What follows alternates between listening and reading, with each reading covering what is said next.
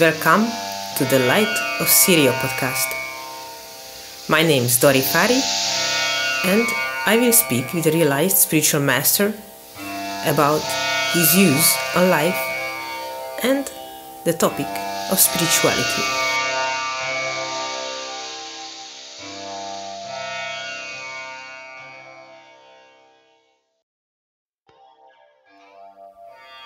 So we are now at the first episode of the second season of this podcast.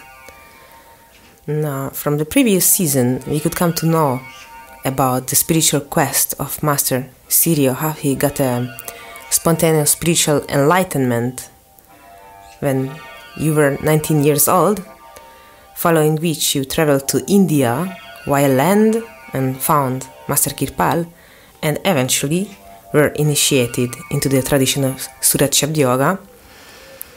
So, this season 2 I intended to dedicate to questions and answers because upon my request, questions began to arrive to the siriopodcast@gmail.com.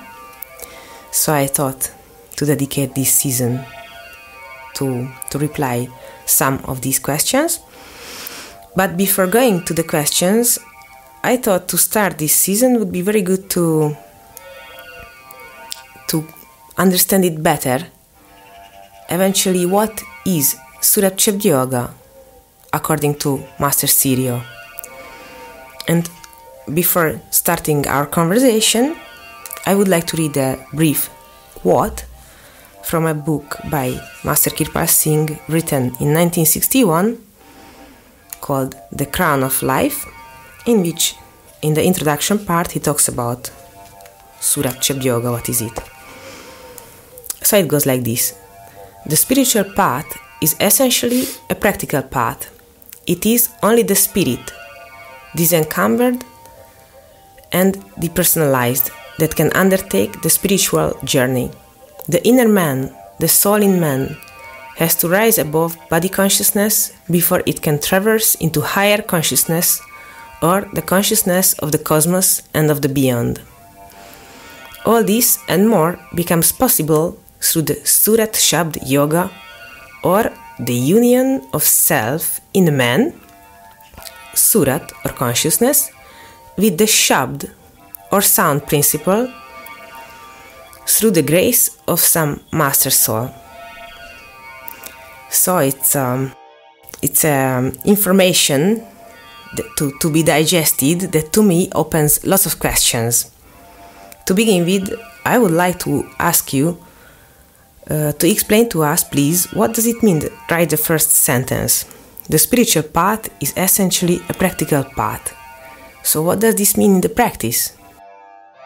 Any spiritual path must be a practical path, something on which you work according to the method in order to come to experience what the path offers to you. So if you don't put it into practice, nothing is going to happen. And this is not just about Surat Shabd Yoga or any other type of yoga. It's about everything in life. You are given a theory about something, how to do this, how to do that. But if you don't actually do it, nothing is going to happen. So a master proposes something to a seeker. I propose to you a path that is called Surat Shabd Yoga. But if you don't put into practice the path, the methodology, then nothing is going to happen. So first of all, it has to be put in action, in practice, if you want to get any result. Otherwise, it's pure theory or belief or doctrine which doesn't take you anywhere. Well, at this point, I think it comes very good to connect one question from Tamar from Amsterdam before we go on talking about the further part of the quote, because she just sent a question about this, exactly which you said. So we could open up more this part. The question goes like this: where does the spiritual path wants to take us is there a final stage we have to aim at? And if yes, what is this final stage? So we are talking about Surat Shabd Yoga here. So, which is the method, and if you put in action, in practice, the method, where are you supposed to get to? What is the goal of this path? I think the goal of any path is to take you to a state of superconsciousness, which, as Master Gopal puts here, may be called cosmic consciousness, or consciousness of the divine. Yes, he writes higher consciousness, or the consciousness of the cosmos and of the beyond. Yes, these are all words that mean the same thing eventually. You may say the beyond, you may say the cosmic consciousness, the universal consciousness. It means a state of superconsciousness. Mm-hmm. So, every path has its own method, practice that you have to do in order to achieve something.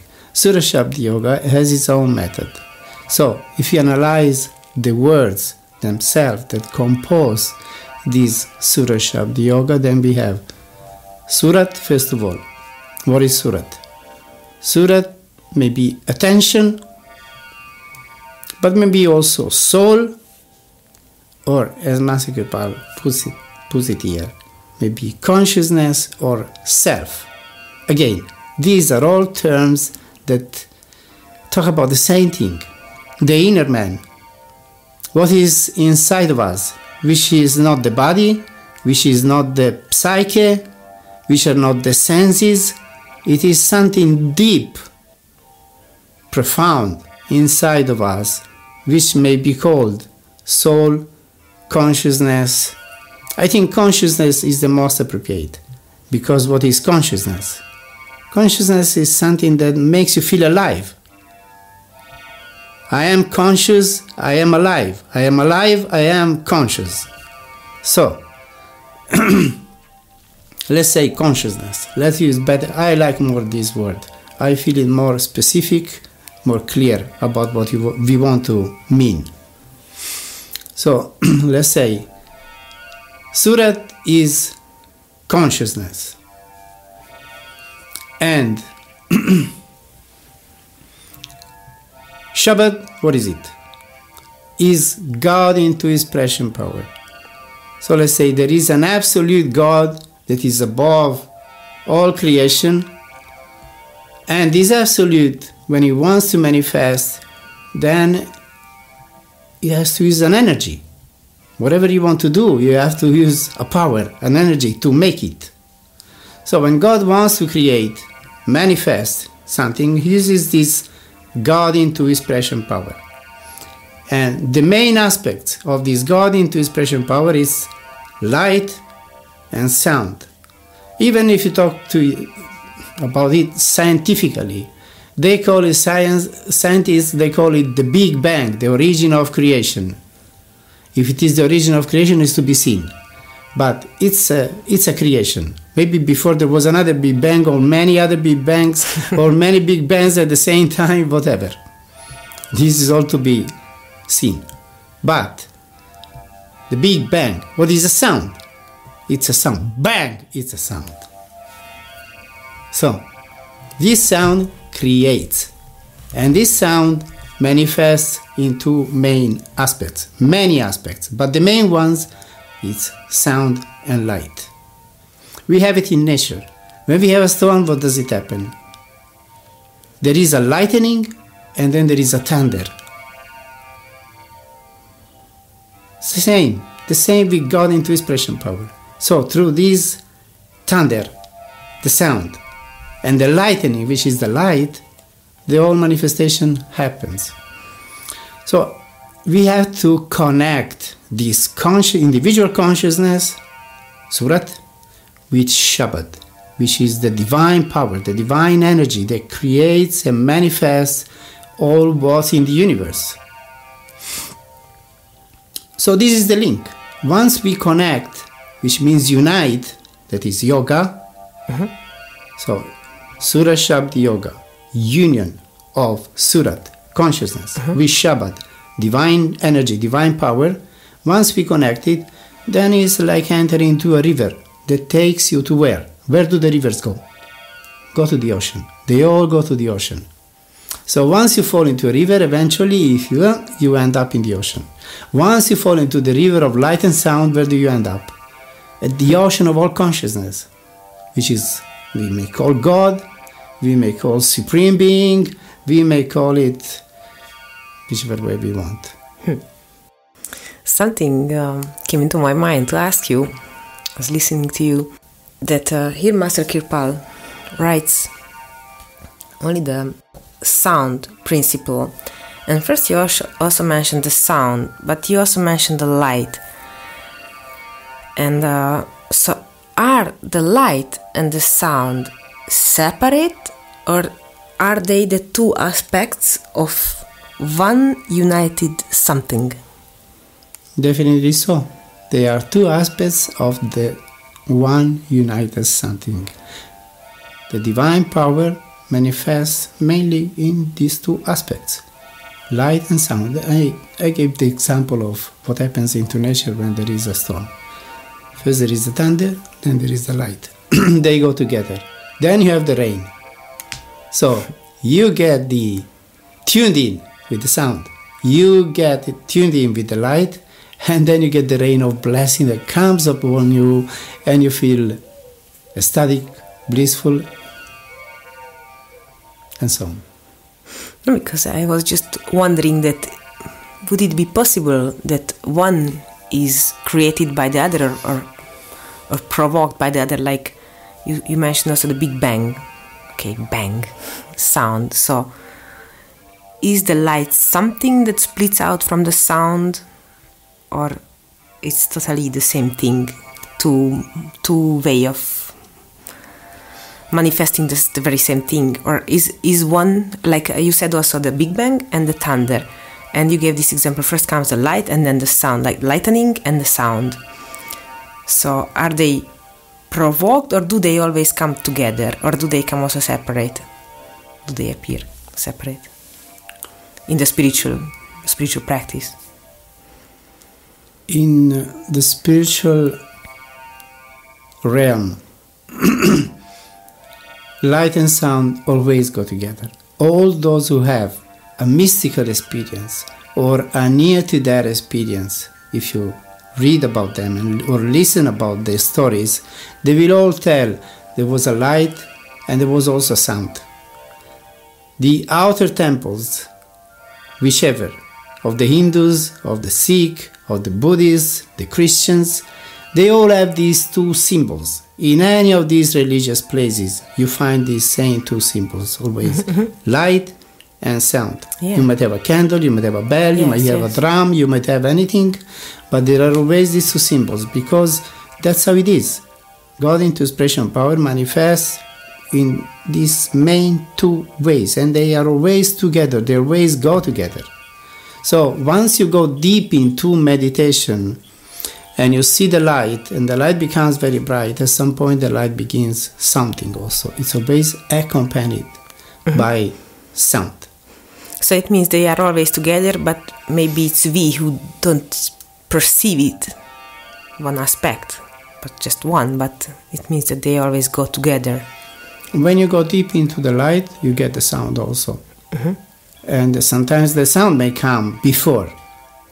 Some people are more inclined to go deep into meditation through the sound practice, and some people are more inclined to go deep in meditation through the light practice, or practice to manifest the light. So these are also individual things. We don't go into splitting the air into 1,000 pieces, because no experience is quite the same to another experience. No person is quite the same to another person. So we all get to go within in our own personal way.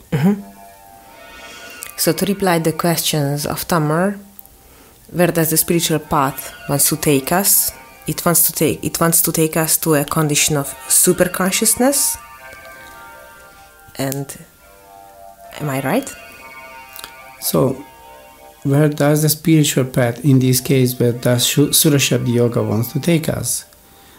As I explained before, Surat Shabd Yoga wants to unite Surat, consciousness, with Shabad. So this is the goal, I would say. This is the way. If you unite our Surat with the Shabad, then, as I said, we follow this river, and where does the river take us? Into the ocean. So where does this river of light and sound will take us? It will take us to the absolute God. It will take us to the ocean of all consciousness, of which we are just a drop. It's like you watch the sea. There is the sea. When it's calm and there are no waves, it's just water. Peaceful water.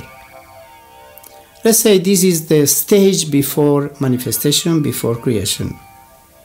Then maybe some waves begin to be created. They may become big waves. And then you have also sprays of drops. Yes.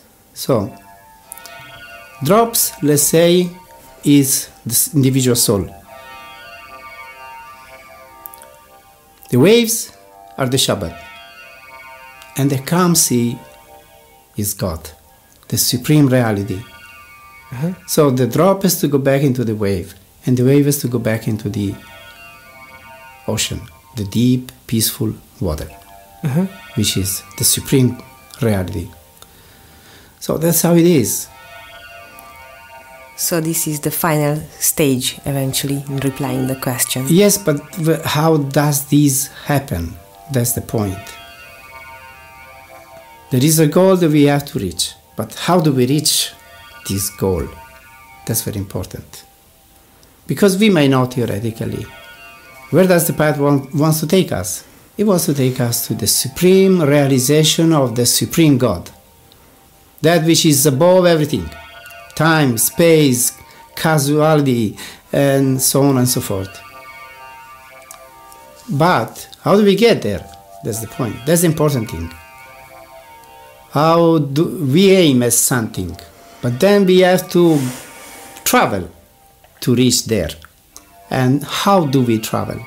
That's the most important thing on any spiritual path.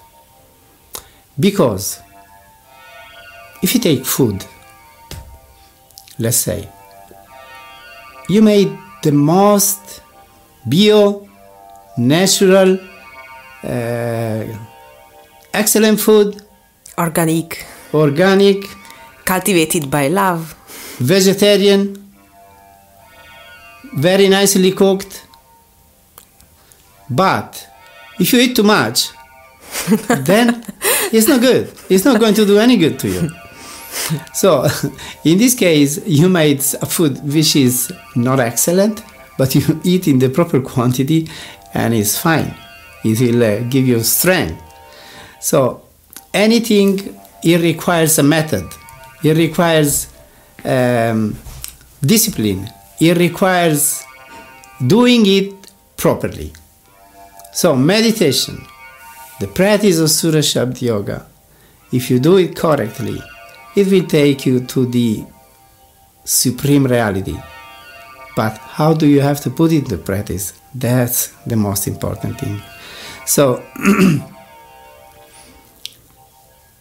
any practice, it has to be enough intense, not too much, otherwise you may freak out, it may take you into a state of imbalancement, make you unbalanced. But also, if you don't apply it with the due intensity, then it will take you nowhere. So if you take any activities that human beings do, when do they work properly? When they are done with the due intensity, with the due discipline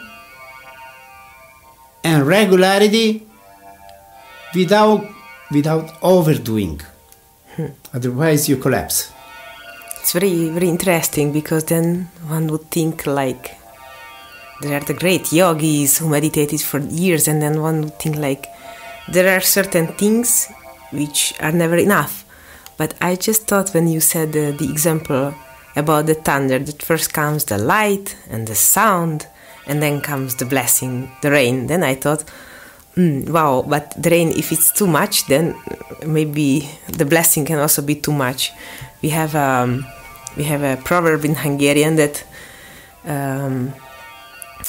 the too much, even from the good things, become too much, like, which means exaggerated. Just the same thing, and it's very interesting that what you say. So, does it mean in practice that it's better to have like less quantity, but in a constant way? Like, as you gave the example, the smooth ocean, or like the wavy, stormy ocean, because like maybe sometimes we get an input. Oh, I have to do spiritual practice, I have to meditate, I have to aim to the absolute, I want to spiritual realization, liberation, whatever. So then it's like big waves, and then we splash ourselves. Is this what you mean? Well, yes and no, I must say. So, let's say somebody practices a sport. He will have to work hours every day in order to build up his muscles, to build up the practice that he is doing and become competent in it, and bring himself, herself, to a degree in which you may compete and maybe win. So, if you take a musician, usually when you study an instrument, if the teacher wants to take you to a good stage of practice and competence, then he will tell you you have to play at least 4-6. But if you want to be excellent, you have to practice 8 hours per day. I know wow. those who study sitar, they are told to practice at least some 4-6 hours, but if you want to be excellent, 8 hours per day. Oh, wow. Yeah. And I think it's more or less about any other instrument. If you want to become really good, really competent, a super musician, then you really have to apply and dedicate time, energy, passion to it. So, passion is very important in anything we do. On the spiritual side, when we come to spirituality, to spiritual practice, there also we need a passion for it. If you don't have this passion, then we don't get anywhere. Master Kirpal always used the term a ruling passion for God. Ramakrishna used to say mad, that's the word. You have to become mad in the love of God if you want to realize Him. So, sports, music, anything that we do with our body, it's something maybe very great, but never as great as God's realization.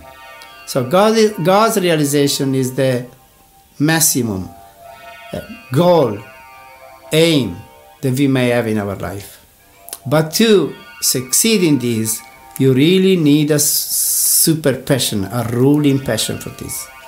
So if you have this ruling passion, that means if you have a spiritual inclination that takes you to a ruling passion for God, then you may succeed.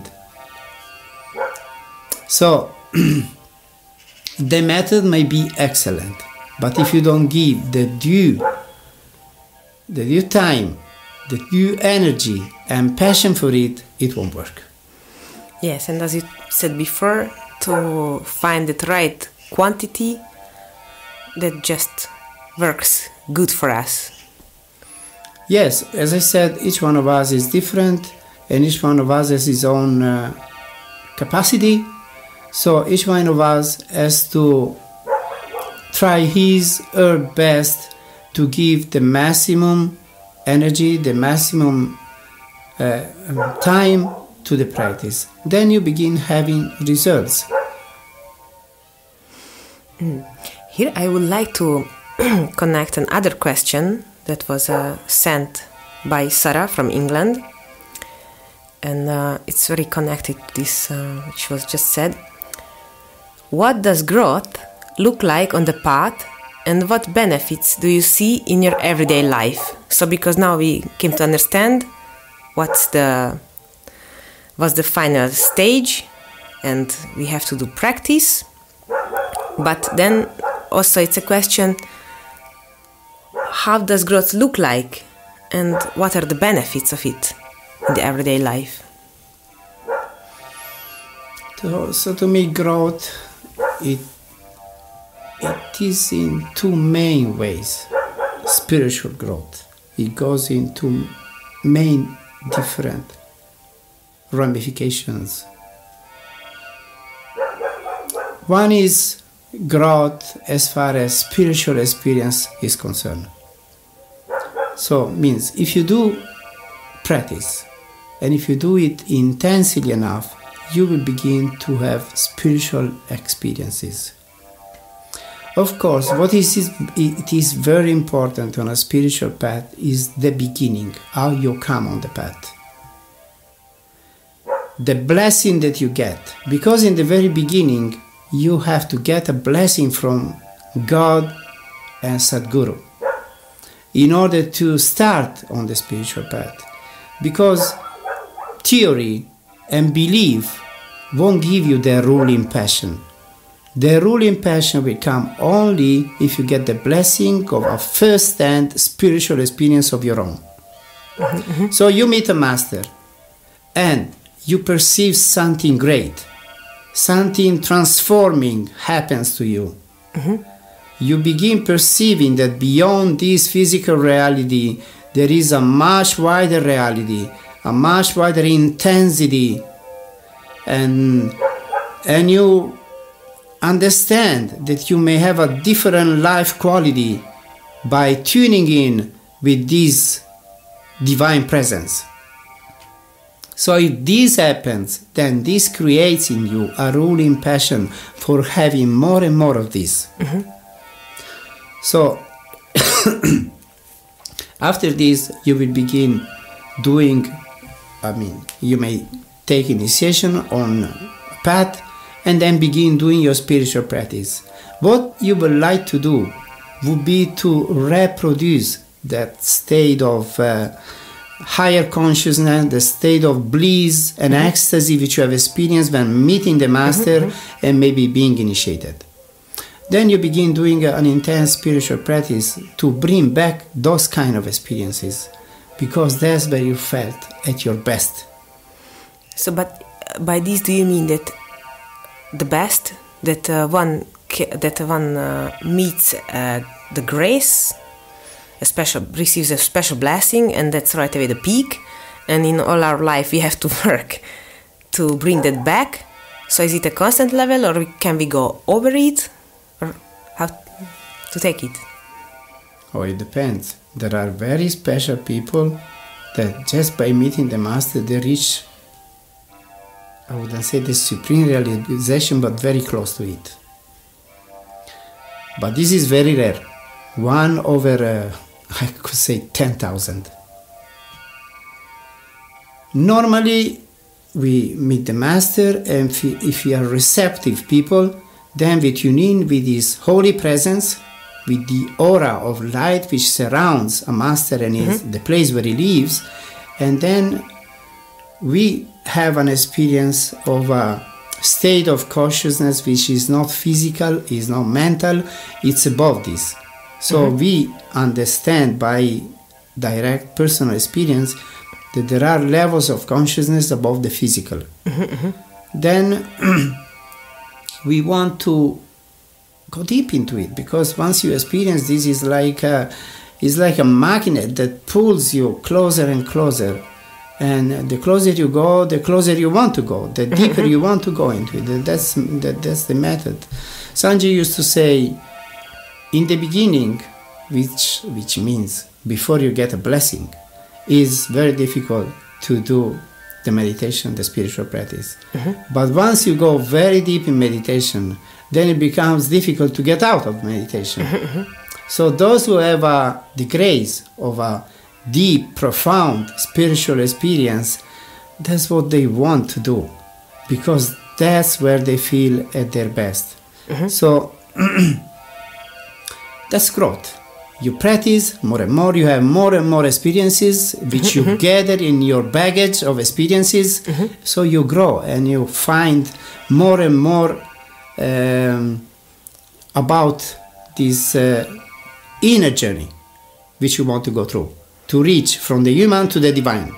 So the more you experience, the more you go deep into it, the more you gather baggage of experience of your own, and the more you come to know for your own what's all about, this whole story. So it's like a gradual process, which also means that hopefully brings along more and more pleasure and more motivation of doing it, so that the more one receives, the more wants. That's the dynamic, yes. The more you go into it, the deeper you want to go into it. And the more you get, the more you want to get. This is dynamic about everything in life. You have a few money, you want to make more money. You have more money, you want to make double, triple, and then eventually own the whole world. That's the dynamic. So also here, if you get an experience, you want to get 2, 3, 4. Eventually you want to get to the divine and realize the supreme state of consciousness. Dynamic is always the same about anything. So here also. So this is a kind of growth. Growing into gathering inner experiences, they make you more and more competent, more and more professional about the whole methodology. You come to know by yourself how everything works. But this is not the whole thing. So Master Kripal used to say, realizing God is very easy. To become a real man, it's much more difficult. Yes. So there is the other side of the growth, becoming a real man. So on a spiritual path, inner experiences are not everything. They are very important to begin walking on the path and to begin to understand the methodology, the dynamics, and the reality of the inner journey. But then all these experiences have to transform you from an ordinary human being into a divine human being with divine qualities.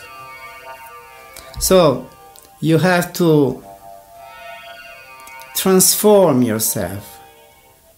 On the path of the masters, or on Surat Shabd Yoga path, they always talk about raising above Kam, Krodh, Lobh, Moh, Ahankar.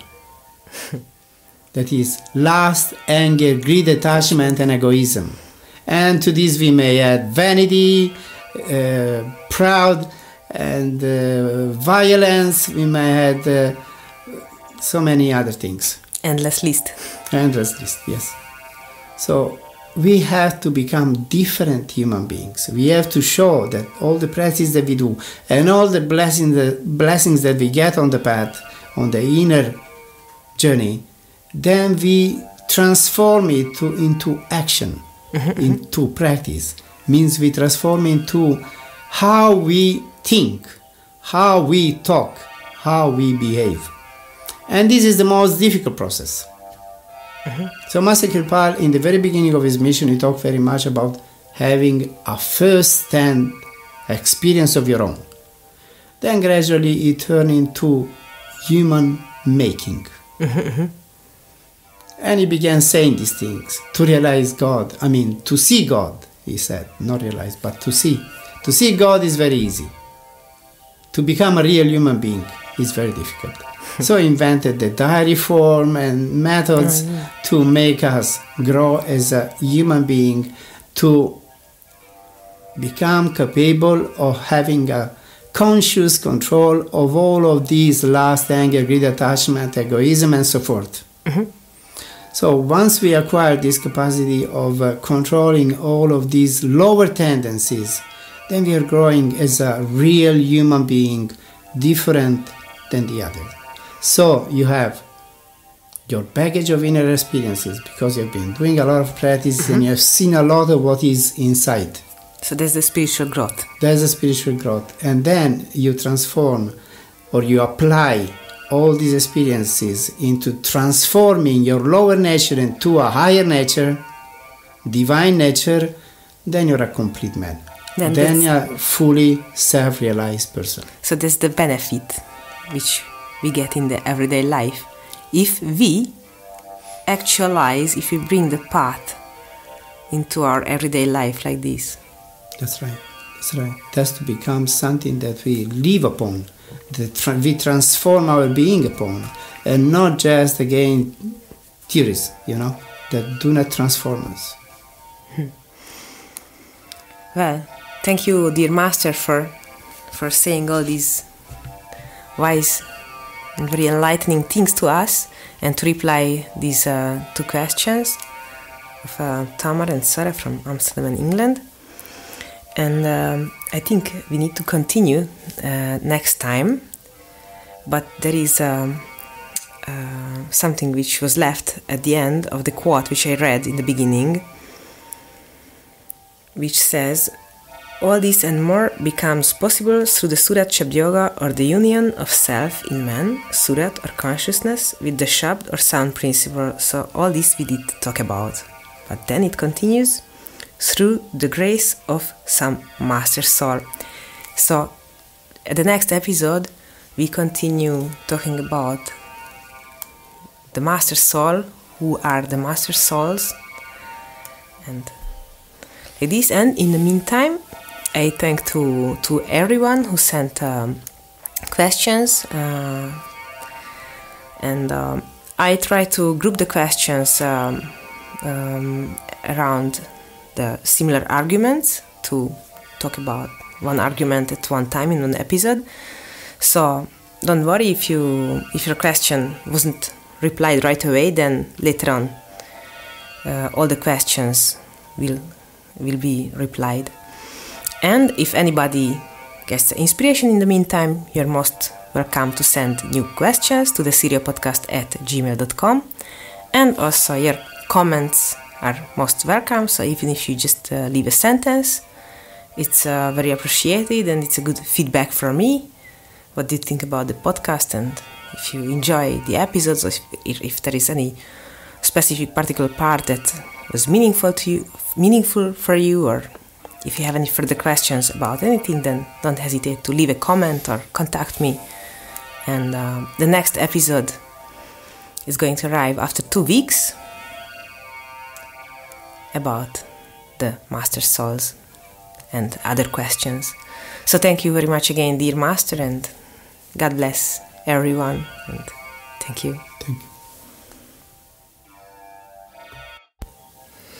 To conclude this episode, we can listen to a beautiful song sang by Master Sirio, but written by Donna Jewel Pollard, another initiate of Master Kripal, who wrote beautiful songs dedicated to the Master. So this way as well, I would like to express my thankfulness to Donna for the beautiful songs that she brought to the Master, because I just love to listen to them. So also my purpose is now to make you listen this song, is to share it with you. And I also would like to thank for the collaboration to Dustin in the first place, and then to Elaine, Sarah, and to Chris and to Chris. So next episode comes after 2 weeks, and please enjoy this beautiful song that comes now.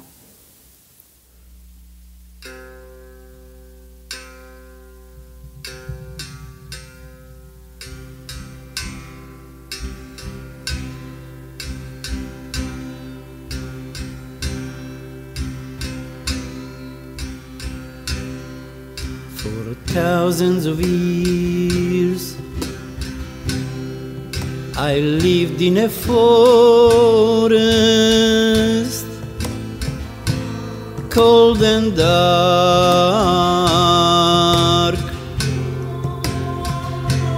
cold and dark.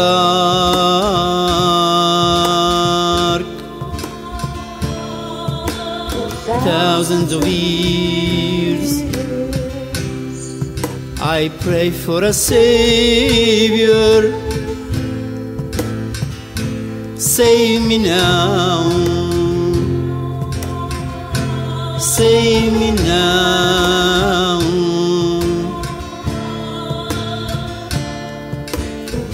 thousands of years I lived in a forest, cold and dark,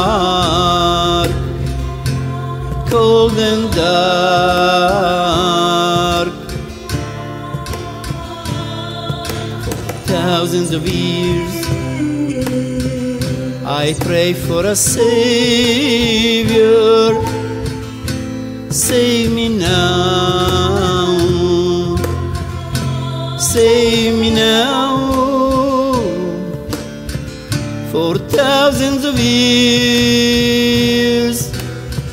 non call me his own. I lived all alone, I lived all alone for thousands of years and thousands of years and thousands of years. I had no eyes, I had no ears, I had no soul, I had no tears, I had no master for thousands of years and thousands of years. Then he came, brought light to my eyes, sound to my ears,